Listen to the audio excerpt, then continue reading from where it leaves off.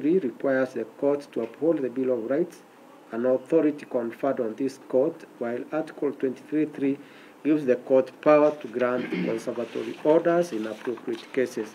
According to senior counsel, Article 25C is clear that the right to a fair hearing / trial cannot be limited. He maintains that the petitioner's right to a fair hearing has been violated, that public participation was not properly conducted, as the Supreme Court directed in the British American Tobacco case, that this court has jurisdiction to investigate the matter since the National Assembly acted as a quasi-judicial body.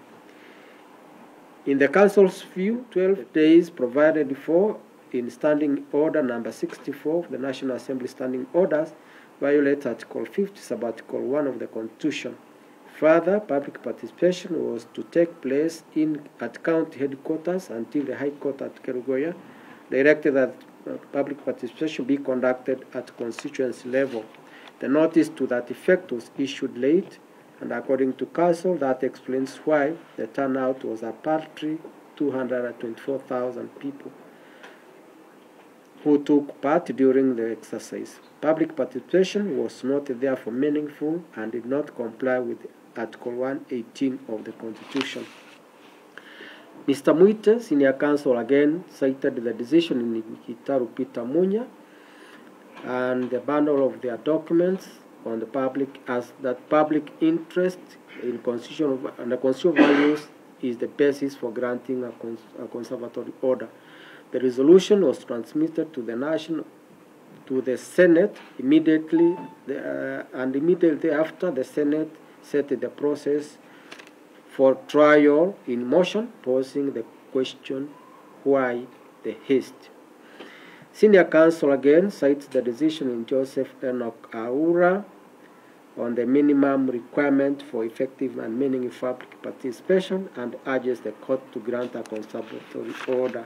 Mr. Macharia, who took up after, argued that the court has jurisdiction, that the matter is not sub judice, and that the decision in Wambora case is distinguishable from the present petition, since in that case conservatory orders were issued in the middle of proceedings in the county assembly.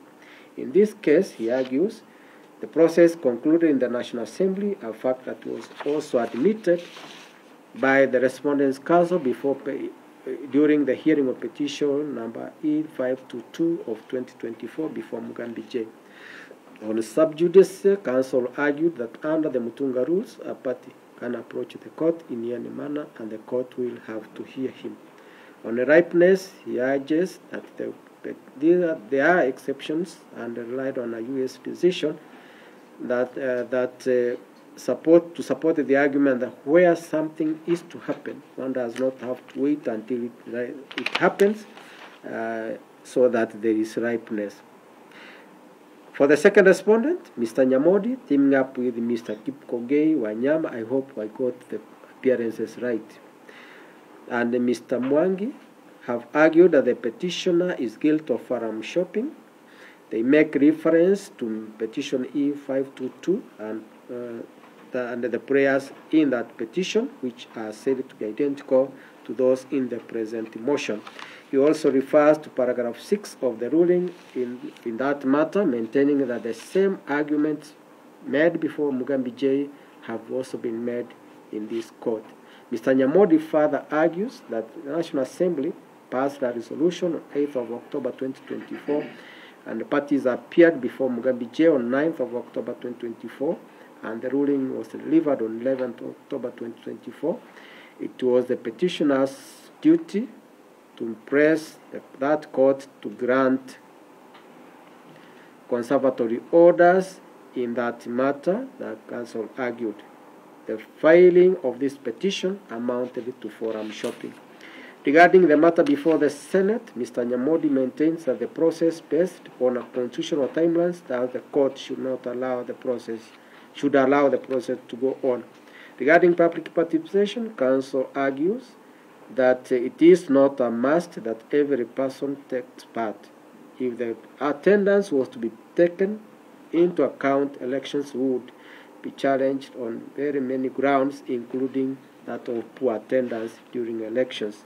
It was the Council's view that Article 145 has a threshold with regard to numbers in the National Assembly and the Senate. Mr. Gumbo, who takes over, adds that once the process is concluded in the National Assembly, Article 145C kicked in, and the Senate took over and has scheduled a hearing. The court should exercise deference and restraint, and once concluded, the court can then interrogate whether anything said to have been done is constitutional. Council cites some decisions, including the one of Sonko, Mate, among others, to support their position. He argues that the petition will not suffer any prejudice if conservatory orders are not granted, as Article 145, Sub-Article 5 gives a safety valve for him to appear before the Senate. Mr. Wanyama then takes over and adds that the petitioner is precluded from raising issues that were in petition E522. He argues that the petitioner's counsel informed Mugambi J that they were not pursuing the order for conservatory orders. At that time, the proceedings before the National Assembly had concluded, and counsel for the petitioner did not want them to respond to the order for seeking conservatory orders. That was why the court, that's Mugambi J, did not deal with the issue of, only dealt with the issue of certification. Mr. Wanyama cited decisions, including Peter Munya and others, as the test for granting conservatory orders. He cited the decision in Julius Kariuki Mate also, and in his view, the Constitution provides for timelines which should be respected. On public participation, counsel argued that this being a constitutional imperative, it should be done within certain timelines, and the court should not therefore issue a conservatory orders that may destabilize the process. Ms. Tanje, who appeared for the third and fourth respondent, reiterates the other respondents' positions that the court has no jurisdiction to hear the matter at this stage, and placed reliance on a decision from the Court of Appeal in the Mwangaza case that the court has no jurisdiction at this interim stage.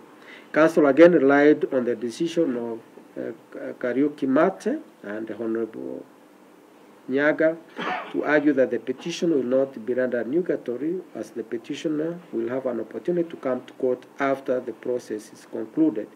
Further reliance was also placed on the case of Sonko. The first respondent, Mr. Milimo, chose to respond last and reiterated more or less the arguments by counsel for the other respondent. Mr. Milimo emphasized that this application seeks similar orders that were sought in petition 522 of 2024, that the petitioner has not disclosed the existence of that petition 522, and that this matter is therefore sub judice, and relied on Section 6 of the Civil Procedure Act to support this argument. Regarding the fair hearing, Mr. Milimo argued that the petitioner will be given an opportunity to appear before the Senate, and relies on Mwangi Wairia case versus the Speaker of Murang'a County Assembly, that a person facing impeachment should not shy away from constitutional processes. In a rejoinder, Mr. Macharia argues that the petition is not a forum shopping. The petitioner only seeks order number 4 in his application, and that the statistics like the ones from Keyo constituency was not an issue in petition 522, so that this makes this petition different. Having considered the arguments by parties and the decisions relied on, I have distilled 2 questions for determination. These are whether this court has jurisdiction to hear this matter and whether conservatory order should be granted. The respondents argue that this court has no jurisdiction, as this matter is a constitutional process under Article 145 and read with 150 of the Constitution.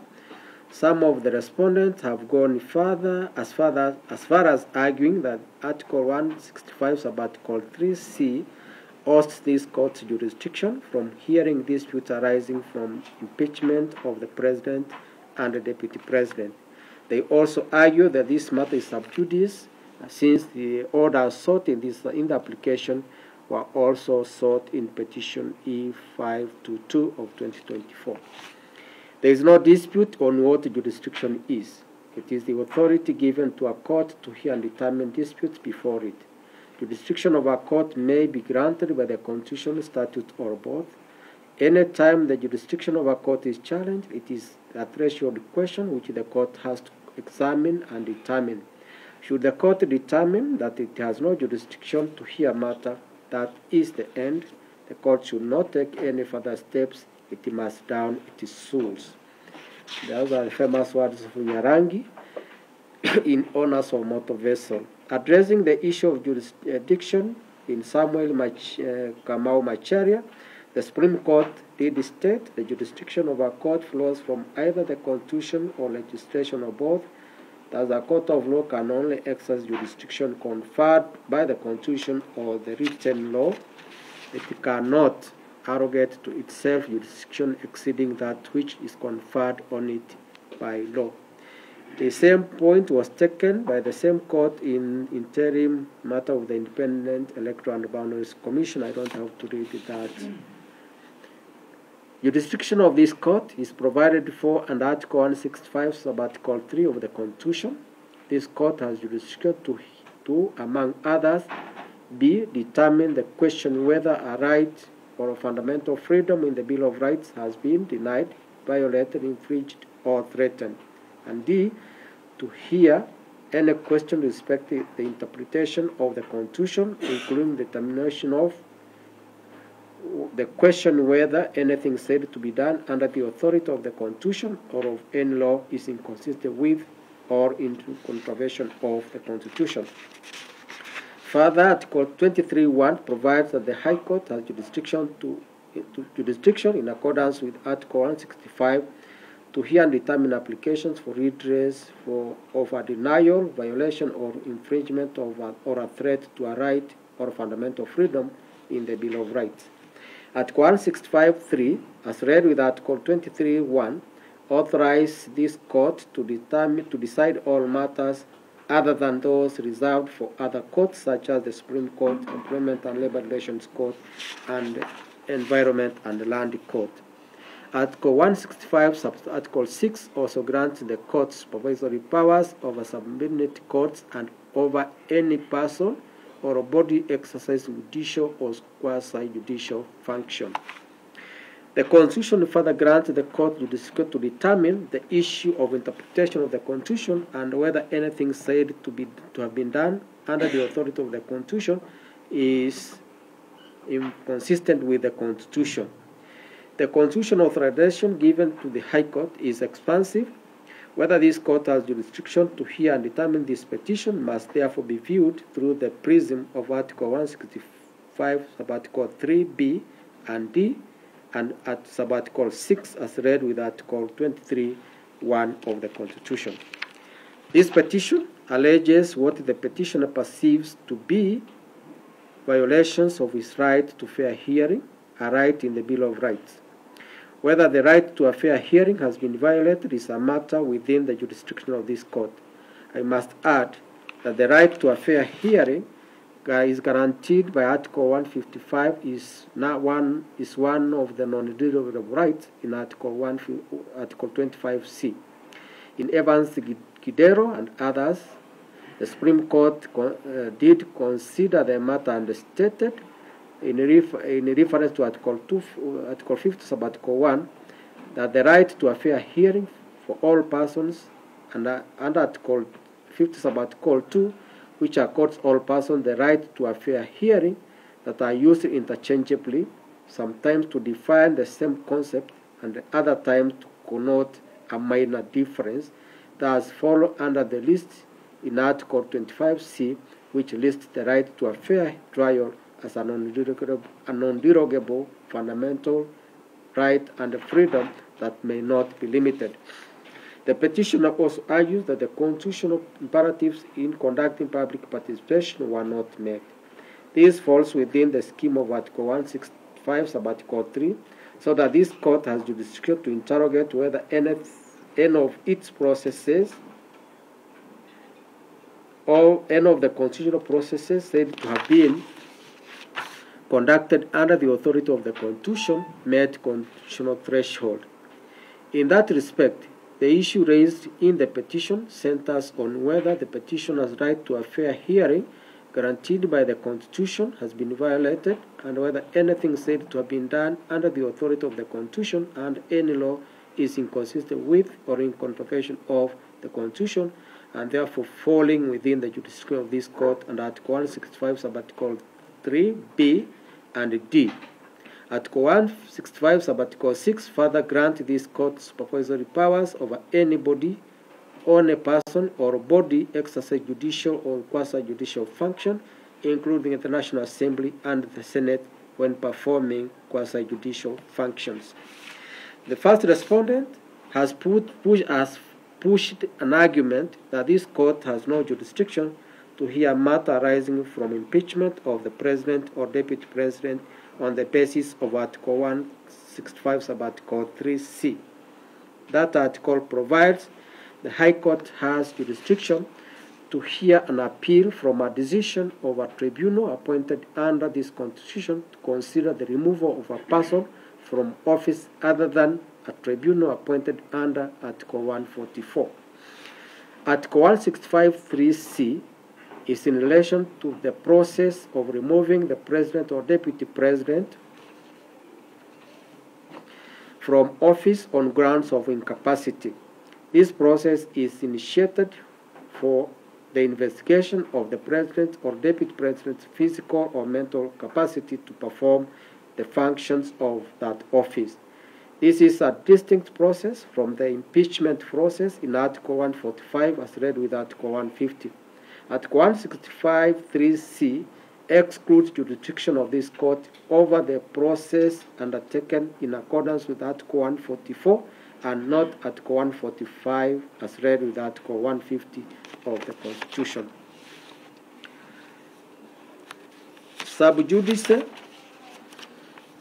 respondents again pushed the argument that the application is sub judice in view of the application that was in petition E522 of 2024. All sides agree that in that application, the issue of conservatory orders was not pursued. This was based on the fact that the process in the National Assembly had concluded.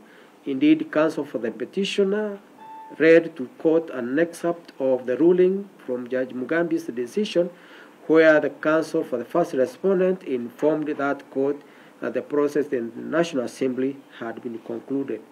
In constitutional petitions, it's quite normal for parties to come to court and within a short time, find the circumstances of their cases having changed and may only have to take other steps to bring life in those disputes.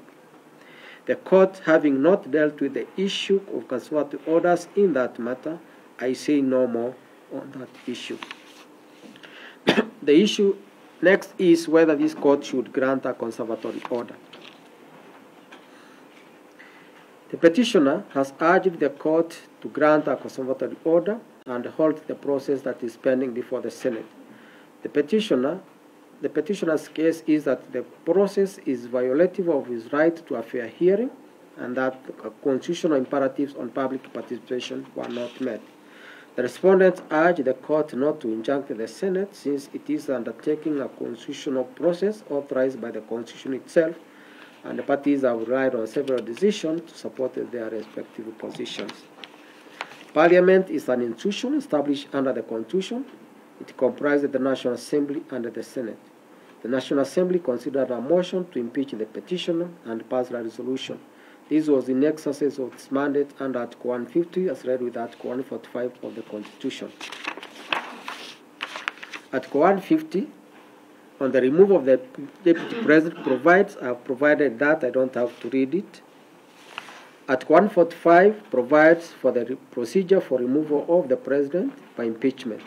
A member of the National Assembly, supported by a third of members of that House, may move a motion to impeach the president on grounds of namely gross violation of the Constitution or the law, where there are various serious reasons to believe that the president or deputy president has committed a crime under international law or national law or gross misconduct.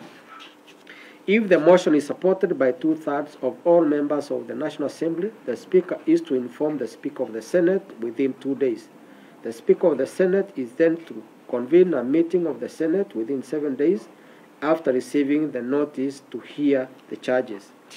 Article 145, Sub-Article 5 states that the President or Deputy President shall have the right to appear and be present before the special committee during its investigations. Where the allegations are substantiated, the Senate has, according to the President or Deputy President, an opportunity to be heard, vote on the impeachment charges. If at least 2/3 of all members of the Senate vote to uphold any impeachment charge, the President or Deputy President will cease to hold office. Article 145 lays down the procedure to be followed in cases of impeachment and the timelines for doing so, including affording the person an opportunity to be heard on the charges. I have read the decisions from the Supreme Court and the Court of Appeal, as well as those cited by the petitioners. The decisions have laid down the position that it is important to let the impeachment process run its course, and after which the court would have to look at any complaints for violation of either the Constitution, the law, or fundamental rights, including processes. For instance, in Julius Kariuki matter, the Supreme Court stated that interpretation of the Constitution calls for a delicate balance in the respective mandates of the different arms of government. In the Sonko case, the Supreme Court observed that the removal of proceedings for a county governor are textually committed by the Constitution to the legislative branch of government. The Constitution mandates that the process to impeach a governor commences in the county assembly and terminates in the Senate. The Supreme Court emphasized that the Constitution commits to both institutions the exclusive power to remove the governor, subject only to procedural requirements set out in the County Government Act and the respective standing orders of the county assemblies and the Senate, and the proof of the charges. The Supreme Court then added, it has been emphasized in accordance with the principle of separation of powers that in considering applications to review decisions of the other branches of government, courts should strive to achieve a balance between their role as guardians of the Constitution and the rule of law, including an obligation to respect what Parliament is constitutionally required to fulfill. In other words, where the Constitution requires Parliament to determine a matter in the first instance as part of its constitutional mandate, Parliament will have the discretion and the power to regulate its own affairs, and the court will be slow to interfere with the exercise of that discretion. Reference in this decision to county assembly can also be referenced to the National Assembly. Flowing from the decisions, where the Constitution commits a process to another arm of government, the court should allow that arm of government to complete its process before the court exercises its judicial review jurisdiction over the matter to determine whether what was said to be done under the authority of the Constitution is inconsistent with or in contravention of the Constitution. Granted, this is the first time this country is experiencing an impeachment proceeding against the Deputy President. The petitioner has raised substantial questions, including violation of his right to a fair hearing, guaranteed by Article 50 Sub-Article 1 and ring-fenced by Article 25 Sub-Article C as a non-derogable right. The petitioner has also stated that the National Assembly, in passing the impeachment motion, considered extraneous matters other than the grounds raised in the impeachment motion. There is a further argument that constitutional imperatives on public participation were not complied with. The petitioner has given an example of Keio South constituency, serial number 95, to demonstrate this fact. According to the results for public participation in that constituency, the total number of people who participated was given as 43. Those who supported were 70. Those who did not support were 3. The percentage of those who supported was 162.79%, while the percentage of those who did not support was 6.98. It is implausible that an attendance of 43 people would produce 70 people in support, that's 162%, and 3 people in opposition. The petitioner has raised valid concerns.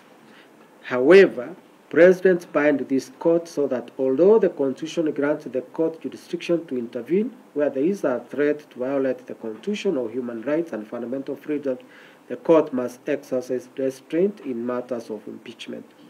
This process has been committed to Parliament, which must be allowed to conclude its part. In our constitutional scheme, the people delegated the authority to state organs, including Parliament and the judiciary, to exercise the delegated authority only in accordance with the Constitution. Article 2 reminds everyone that the Constitution is supreme and binds all persons and state organs at both levels, while Article 3 places an obligation on every person to respect, uphold, and defend the Constitution. Article 10 sub Article 1 also is clear that the national values and principles bind all state organs, public officers, and all persons whenever they discharge their mandate under the Constitution. National values and principles include transparency, accountability, the rule of law, and public participation, and as well as human rights. If a state organ fails to abide by any of the values and principles in the Constitution, the court exercising its mandate under Article 165 sub Article 3 will come in and investigate whether anything said to have been done under the authority of the Constitution is inconsistent with or in contravention of the Constitution. It was in this respect the Supreme Court stated in a matter case that it would be reluctant to question parliamentary procedures as long as they did not breach the Constitution, and that the mandate of the court is restricted to the doctrine of separation of powers, to deciding on matters of individual rights and fundamental freedom. The Supreme Court then stated that in the exercise of the wide political powers, both the county, read National Assembly, and the Senate cannot act outside the confines of the Constitution and the law. For to do so would invariably invite the court's intervention. End of quote. In other words, the constitutional processes are not about a dash to the finish line. They have constitutional imperatives that must be complied with, and if not, such infractions will not be out of reach of our Constitution. The timelines given in the Constitution are on the premise that its processes will comply with the constitutional requirements. Where there is an allegation that the constitutional imperatives have not been complied with, the affected person has recourse to the courts, and the courts will rise to the occasion and consider whether the state organ complied with the Constitution or the law. In that respect, ours is a constitution of hope and promise that institutions established under the Constitution will comply with its fundamental principles, and the promise that the Constitution is supreme and any act or omission in contravention of the Constitution is invalid. In other words, it does not matter how far the process may have gone, since no action is out of reach of our Constitution. This is what Lord Denning had in mind when he stated many years back that if an act is void, then it is in law a nullity. It is not only bad, but incurably bad. There is no need for an order to set it aside. It is automatically null and void without more ado, though it is sometimes convenient to have the court declare it to be so. And every proceeding which is founded on it is also bad and incurably bad.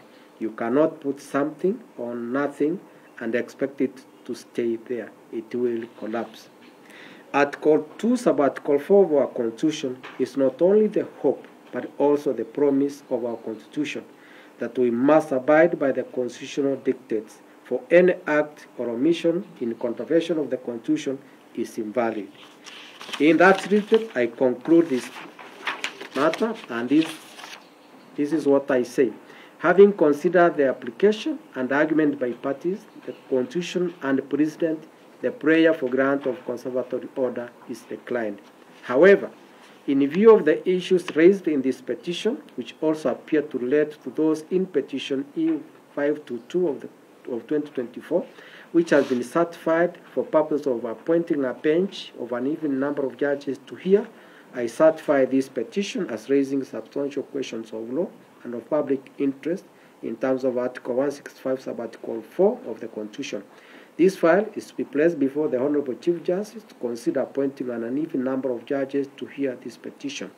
Given the close proximity of the issues in this petition and those in petition E522, the Honorable Chief Justice may consider whether this petition may be heard by the same bench appointed to hear petition E522. I make no orders on course. Thank you. Your Honor, we seek leave to appeal the ruling.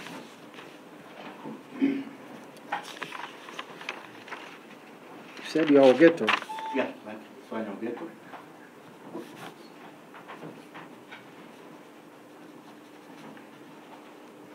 Yes.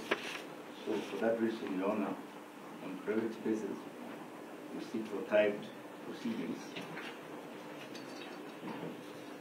and certified ruling.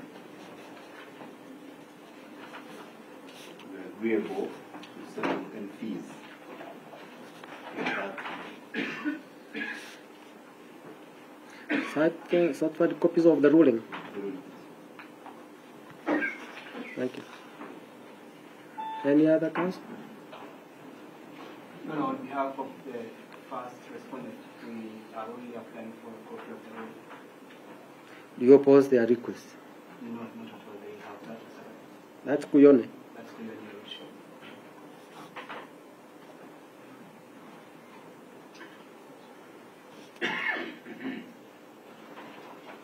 And for the second respondent, it's not necessary to seek leave to appeal the decision of the High Court to the Court of Appeal, Article 164, paragraph 3 grants them an automatic right to appeal, so we are not opposing that.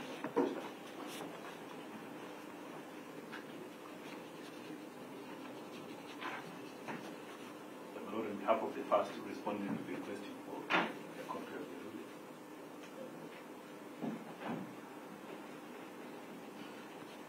Which we entirely agree with.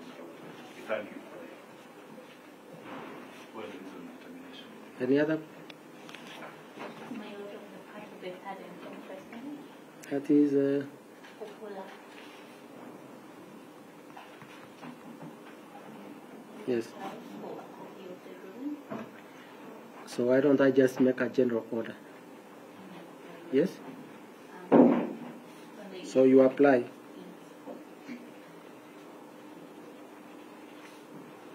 the issue of leave to appeal. That's at my discretion. Yeah.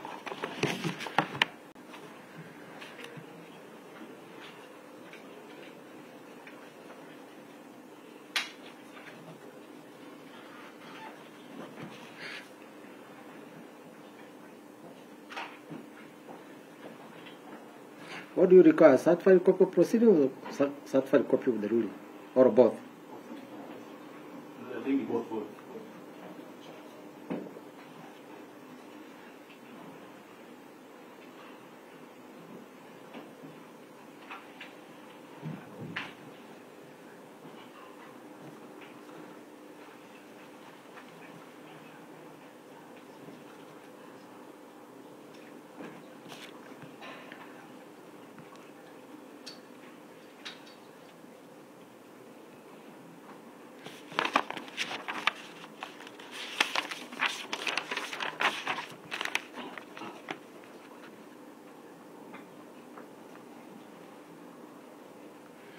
So you will have copies.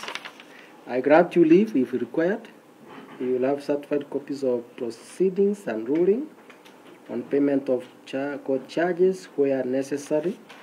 And I thank you all. So I'll check the titles and then it will be available. Thank you.